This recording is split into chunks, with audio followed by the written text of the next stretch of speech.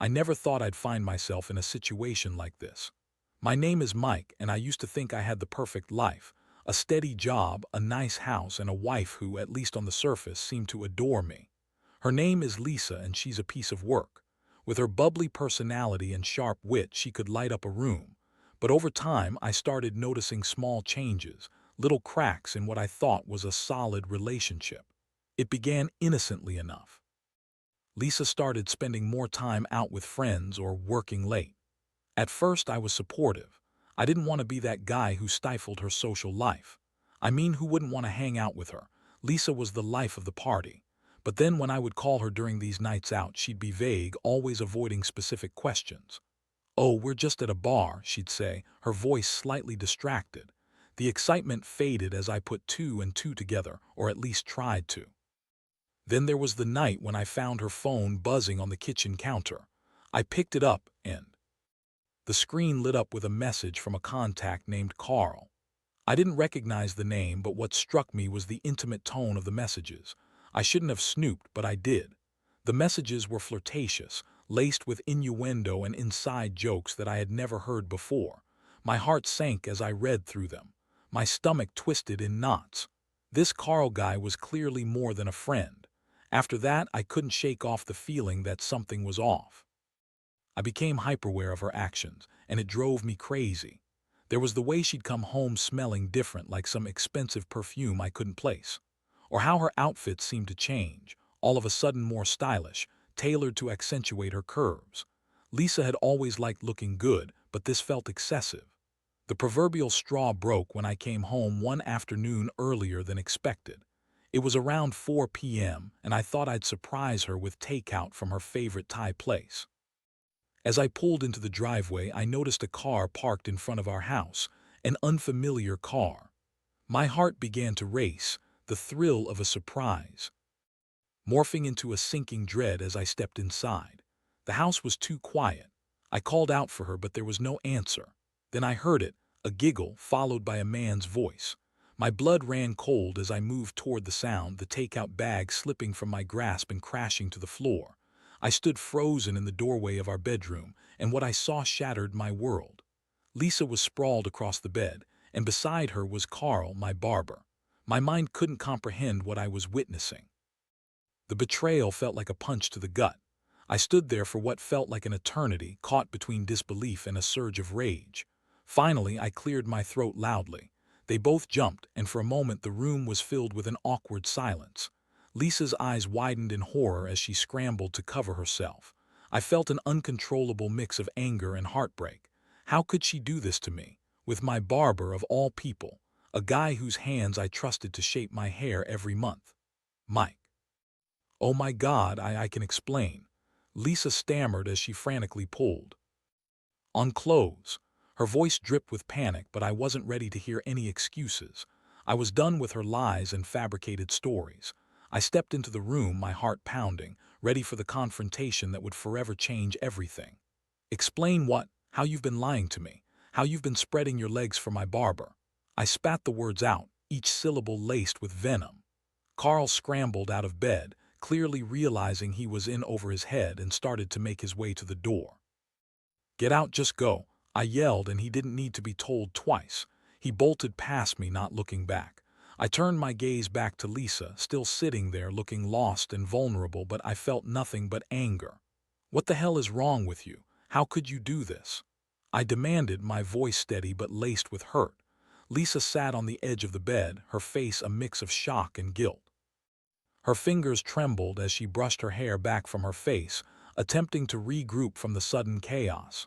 "Mike, please, it's not what it looks like," she responded, her voice shaky, but I knew better.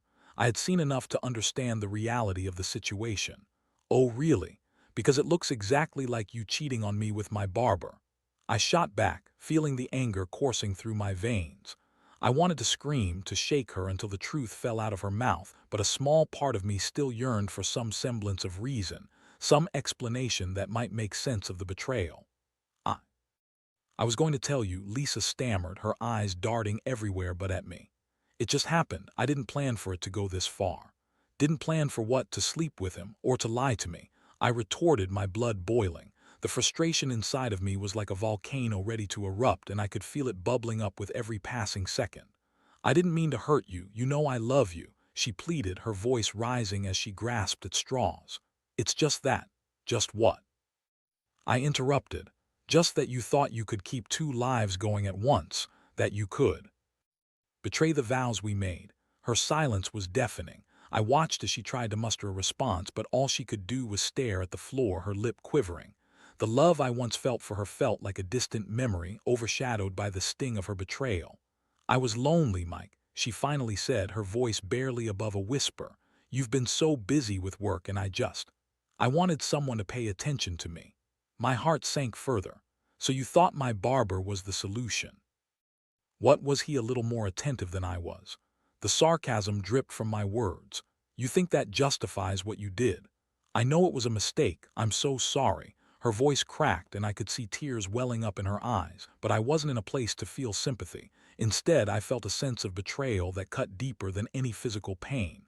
"I can't believe this is happening," I said, shaking my head in disbelief. "I've shared my life with you and you just threw it all away. For what? Some thrill and ego boost?" I wasn't thinking straight, I just wanted to feel desired again. She cried, her outburst echoing in the stillness of the room. "Desired?" I scoffed. "If you needed to feel desired, you could have talked to me. You could have communicated instead of sneaking around behind my back." The confrontation felt like a storm tearing through our lives. I could sense the walls closing in on me, and the realization hit me hard. I was standing there, confronting the woman I loved, yet it felt like she was a stranger. The woman I knew would have never betrayed me like this.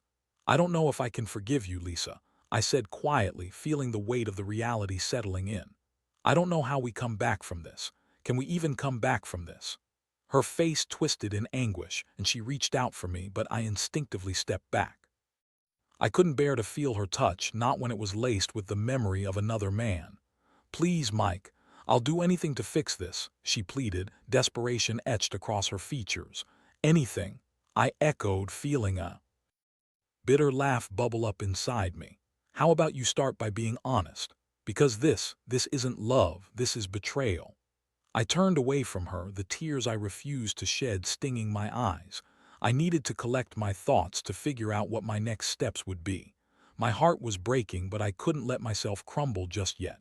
There was a sense of betrayal that came with her actions, and I was determined to confront it head-on. As I walked out of the bedroom, I felt as though I was walking out of my life. I needed to gather my thoughts, to find clarity in the chaos that Lisa had created around us. The betrayal had cut deep, and the emotional turmoil was a whirlpool threatening to pull me down. I needed to decide what would come next, whether I would confront this deconstruction of my marriage or somehow find a way to build something new from the ashes. But for the moment, I just needed to breathe. I wandered through the house, the silence amplifying my turmoil. Every corner felt tainted by Lisa's betrayal. The photographs hanging on the walls, capturing moments of our happiness now, felt like a cruel reminder of how blind I had been. They reflected a love that was supposed to be solid, yet it was crumbling right before my eyes. I stepped outside onto the porch, needing air and a moment to think. The sun was setting, casting a warm glow over the neighborhood, but I felt cold and detached. The anger had simmered down to a dull ache, replaced by a profound sadness. I thought about the life I had built with Lisa, the late-night conversations, the plans for the future, the dreams we had shared. All of it felt like a lie now, replaced by the reality of her infidelity. As I stood there, I couldn't help but let my mind spiral into the what-ifs. What if I had noticed the signs sooner? What if I had been more attentive? The guilt began to creep in alongside the hurt. But deep down, I knew that none of this was my fault. No one deserves to have their partner cheat on them, no matter the circumstances. I pulled out my phone, staring at the screen. I had half a mind to call a friend, someone to vent to, someone who could offer me some perspective, but my fingers hesitated over the screen. What would I even say? "Hey, my wife is sleeping with my barber." I wasn't ready to share the full extent of my humiliation. So instead, I decided to hit up my barber's shop. Carl had crossed a line and I needed to confront him. I had always been a man of principle, but now I felt like I was thrust into a world of betrayal and I needed to take action. Maybe it was misguided, but it was my way of regaining some control over a situation that felt utterly chaotic. As I drove to the shop, the weight of the confrontation loomed over me. I could already imagine Carl's face when he saw me. Would he be remorseful? Would he have the audacity to laugh it off? Part of me hoped he would be there, and the other part feared what I might say or do. I parked outside the small barber shop, the neon sign flickering in the evening light. I took a deep breath, bracing myself for what was to come. Pushing open the door, I stepped inside, the familiar scent of aftershave and hair gel wafting through the air. The sound of clippers buzzed in the background, mingled with the chatter of customers. Carl was standing behind the counter, his back turned to me as he spoke with a client. I felt a surge of anger seeing him smile, oblivious to the storm brewing just a few feet away. "Hey, Carl," I called out, my voice steady despite the turmoil inside me. He turned, his smile faltering when he saw me. "Mike, what's up, man?" I stepped closer, my fists clenched at my sides. "We need to talk." The client Carl was working on shifted uncomfortably, sensing the tension. Can I come back later?" he asked, giving me a sideways glance before getting up and leaving. Carl turned his full attention to me, confusion etching his features. "What's going on? You look like I just caught my wife in bed with you." I interrupted, not wanting to give him the satisfaction of finishing that sentence. His face paled, and I could see the realization dawn on him. "Mike, save it. I don't want to hear your excuses," I said, cutting him off. "You knew she was married, you knew what you were doing. How could you?" "Look, man, it just happened. I never meant for it to get this far," he stammered, trying to defend himself. "Did you think I wouldn't find out?" I shot back, my voice rising. "Did you think you could keep this a secret forever?" "I didn't think it was serious. I thought." "Thought what? That she was just going to leave me for you? It's pathetic." The anger boiled over and I took a step closer. "You think you've won something here? You're just a pawn in this game. I know her better than you ever will." Carl shifted uncomfortably, his bravado faltering under my glare. Save it." I yelled again, and the few patrons in the shop turned to look our way. I didn't care. "You've ruined something special, and for what? A cheap thrill. You're nothing but a joke to me." He opened his mouth to respond, but I could see he was struggling to find the right words. I didn't want to waste any more time on him. "You think this is over? You think I'm just going to sit back and let you waltz into my life, touch my wife?" Carl finally looked me in the eye, and I could see a flicker of guilt. "I'm sorry, Mike, I truly am. Sorry doesn't cut it. You need to stay away from us, from her. If I see you near my house again," I trailed off, letting the threat linger in the air. With that, I turned and walked out of the shop, the door slamming behind me. I didn't feel any better. In fact, I felt worse. Confronting Carl hadn't given me the closure I wanted. I still had to face Lisa and figure out what to do next. The betrayal weighed heavily on my mind, darkening the path ahead. As I drove home, I felt a strange resolve building within me. I wouldn't let this define me. I wouldn't allow their choices to dictate my happiness. It was time for me to reclaim my life, to find out who I was outside of the betrayal. But first, I needed to confront Lisa again, this time with a clearer head. I needed answers, and I was done with her lies. I returned home, my heart still pounding from the confrontation with Carl. The air felt thick with tension as I stepped through the front door, and I found Lisa waiting for me in the living room, her expression a mix of anxiety and expectation. She had clearly been waiting for me to come back, probably hoping I would have calmed down or found it in my heart to forgive her. "Mike, she started, but I raised my hand to stop her before she could launch into another excuse. "Save it," I said firmly, my voice cold. "I need to talk, and this time you're going to listen." She nodded, her gaze dropping to the floor. The defiance I had seen earlier was replaced by a sense of submission, and I could see she knew this was serious. "I want to see Carl," I continued, feeling the bitterness rise in my throat as I said his name. Lisa looked up in surprise, her eyes widening. "You did what?" I confronted him in his shop. He had the audacity to act like he didn't know he was crossing a line. I spat, anger creeping back into my voice. "He claimed it was just a fling, but it was so much more than that." "Mike, I swear I didn't mean for it to go this far," she pleaded, her face twisting in distress.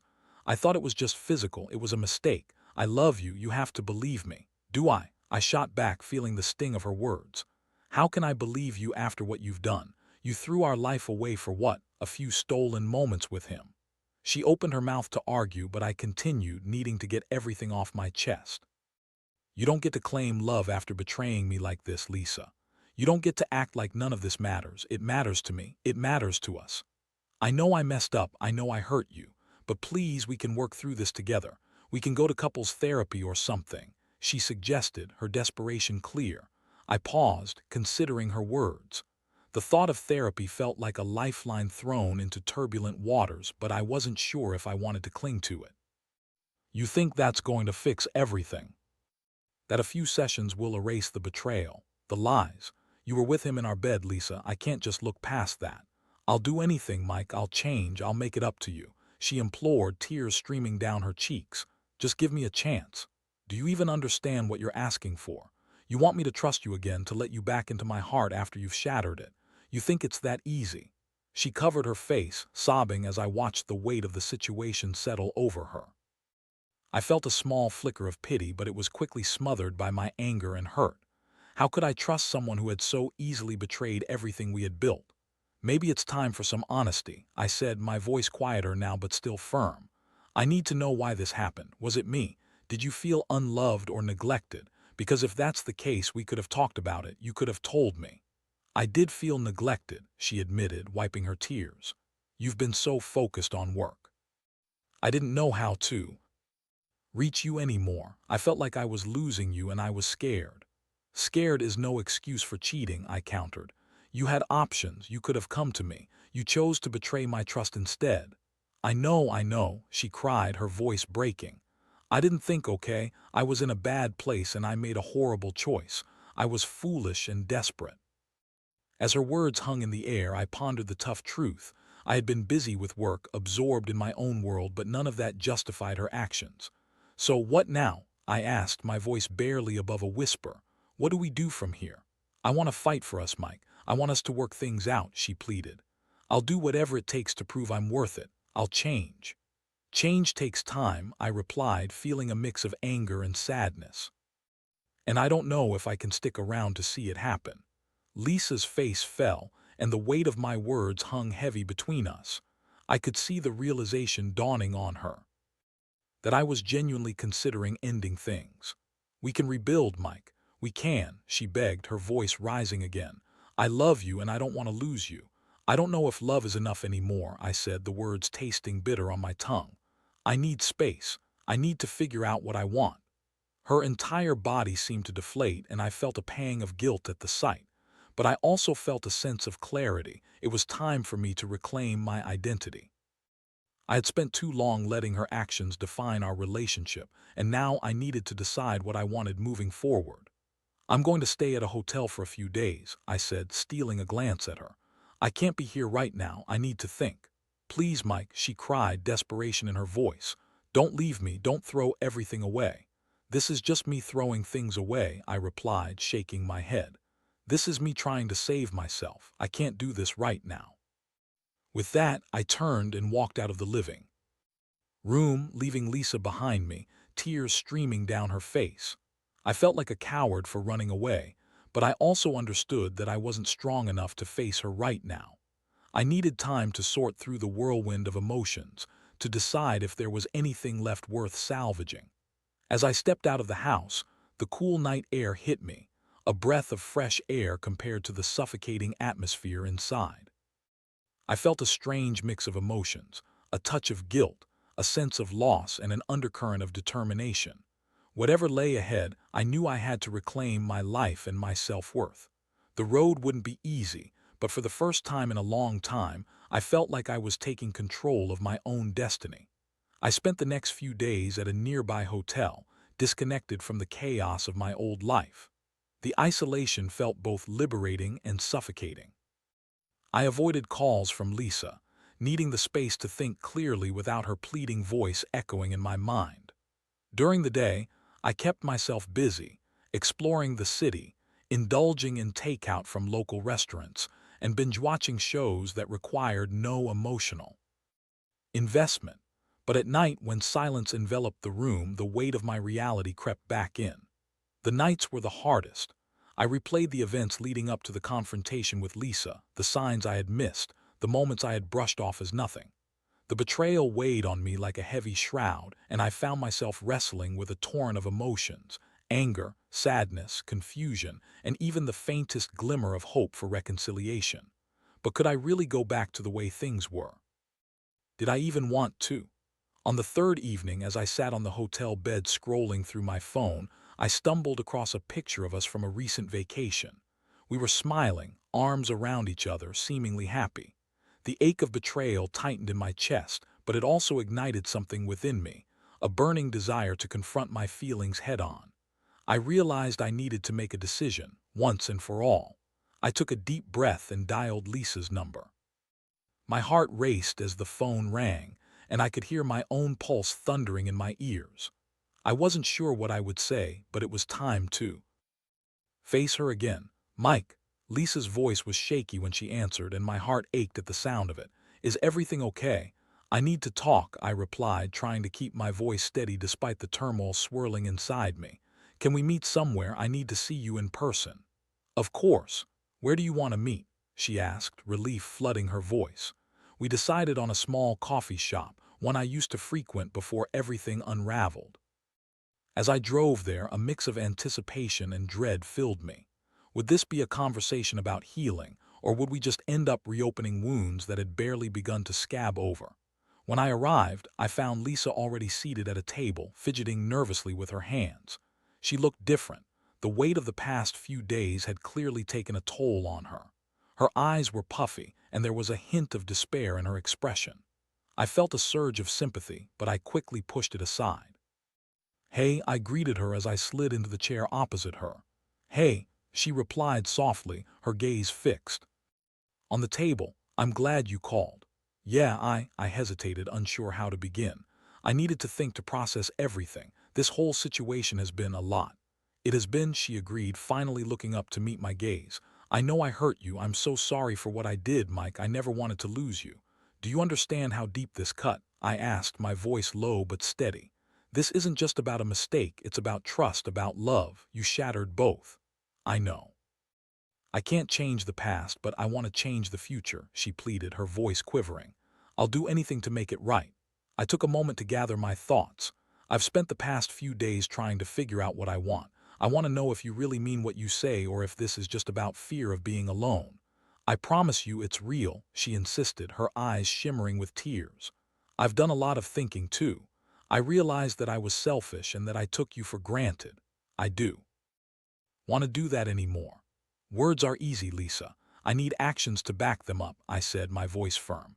"If we're going to move forward, it has to be different. I need you to show me you're serious about rebuilding this." "I will. I'll start going to therapy and we can go to couples counseling together. I'll do whatever it takes," she said, leaning forward earnestly. Her words were a flicker of hope, but I couldn't let myself be swept away just yet.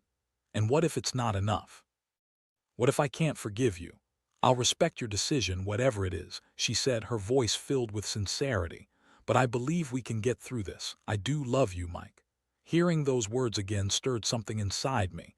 Part of me longed to believe her, to cling to the idea of our love surviving this storm. But the other part was terrified of being hurt again. "I need time," I said finally, my voice thick with emotion. "I'm not ready to jump back into anything. This is going to take a lot of work, and I don't know if I'm ready to put in the effort yet."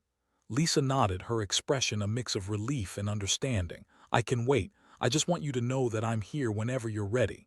"Thank you for that," I replied, feeling a strange blend of gratitude and sadness. "But I also need to focus on myself, find out who I am outside of this relationship." "I understand," she said softly. "Take all the time you need. I'll be here." As we lingered in the coffee shop, a sense of uncertainty hung in the air. We were at a crossroads, and I couldn't predict which path we would ultimately take. The conversation had opened a door of possibility, but the journey ahead was daunting. I left the coffee shop with a heavy heart but also a sense of clarity. I needed to prioritize my own healing, to rediscover my identity. Whatever the future held for Lisa and me, I knew I had to be steadfast in my choices. The road to healing wouldn't be easy, but I was ready to face it, one step at a time. In the weeks that followed that pivotal coffee shop conversation, life settled into an odd rhythm. I moved back home, but the air was still thick with tension. Our interactions were cautious, filled with tentative attempts at normalcy. It felt strange to be living together again after everything that had happened, but I was determined to find a way forward, whatever that might look like.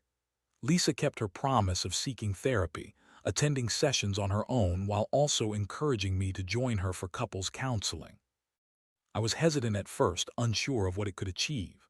Was there really a path back to trust, or were we simply prolonging the inevitable? But as I continued to reflect on my feelings, I realized that I owed it to myself and to her to explore the possibility of healing. The first joint session was nerve-wracking. I sat across from the therapist, Lisa beside me, her hand resting gently on my thigh as a sign of support. I appreciated the gesture, but it also felt loaded with unspoken tension. As the therapist guided us to share our thoughts and feelings, I found myself opening up more than I expected. I talked about my sense of betrayal, my fears about the future, and the countless sleepless nights I had spent wrestling with my own emotions. Lisa's eyes glistened with tears as she listened, and I could see the genuine remorse etched on her face. It was a stark contrast to the defensive woman I had confronted weeks earlier. She had begun to show vulnerability, acknowledging the hurt she had caused and the pain she had felt during our separation. "I didn't just hurt you, I hurt myself too," she admitted, her voice trembling. "I was lost and I didn't know how to reach out for help. I took my insecurities out on you and I'm so sorry." Hearing her speak with such honesty stirred something inside me, a flicker of hope. Perhaps we could rebuild the trust that had been shattered, but it would take time and effort. This wasn't a quick fix. It was a long, arduous journey. As the weeks turned into months, we continued our sessions. Slowly but surely, we began to communicate more effectively, discussing our needs and desires openly. I started to see glimmers of the woman I fell in love with, the one who had been buried beneath layers of insecurity and deceit. We also began to reconnect outside of therapy. I encouraged Lisa to join me for activities we used to enjoy, hiking, cooking together, or simply spending lazy weekends binge-watching our favorite shows. Each shared experience helped us rediscover the laughter and companionship we had once enjoyed. Little by little, the wounds started to heal. Of course, there were still tough days. I would catch myself feeling insecure or anxious, wondering if she was still committed to our path forward. But Lisa's consistent efforts reassured me. She became more open about her feelings, sharing her fears and insecurities without the veil of defensiveness. As she worked on herself, I could see the determination in her eyes. She genuinely wanted to make things right. One evening, while we were cooking dinner together, I watched her chop vegetables with a focused intensity. We laughed over a shared joke, the sound of our laughter filling the room. In that moment, I realized something profound. While trust was fragile, love had the power to grow stronger from the ashes of betrayal. It wasn't about forgetting the past, but learning from it and forging a new future together. As spring turned into summer, we began to discuss the idea of rebuilding our relationship more seriously. We talked about our dreams, our goals, and what we wanted to achieve together. Our conversations felt more genuine and sincere, each one bringing us closer to a place of understanding. One night, while sitting on the back porch after dinner, Lisa turned to me, her voice steady. "Mike, I know I messed up, but I want to spend my life making it up to you. I want us to be stronger than before." I took a deep breath, feeling a rush of emotion. "I want that too, Lisa. I really do. It's going to take time, but I believe we can get there." In that moment, I felt a sense of hope that had been absent for so long. It was a fragile hope, but it was also a powerful one. I realized that while the past could not be changed, the future was ours to shape together. As I reflected on the journey we had taken, I understood that what had been a painful experience had also provided invaluable lessons about love, trust, and communication. I learned that relationships were not just about the highs. They were about how we navigated the lows. We still had a long way to go, but I was committed to the journey. And so was Lisa. Together, We would face whatever challenges lay ahead, stronger for the trials we had overcome. The road to healing was not easy, but it was ours to walk together, hand in hand, ready to embrace whatever came next.